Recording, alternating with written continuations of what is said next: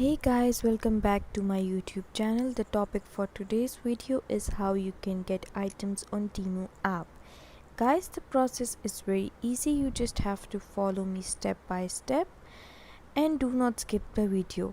Let's get started without wasting any time. Guys, you can see there's this icon of Temu app on my screen. I'll click it. After clicking it, it brings me to this interface where you can see there are many products. I'll click any product. Guys, after this, I'll click any of these.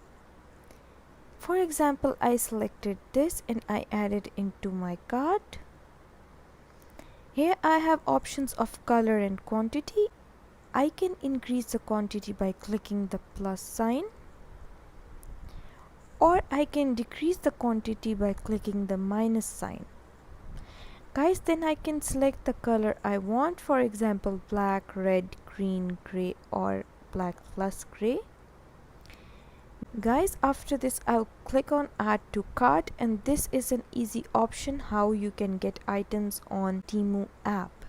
I hope you liked the video, and if you liked my video, please like and subscribe my channel. Thank you very much. See you again.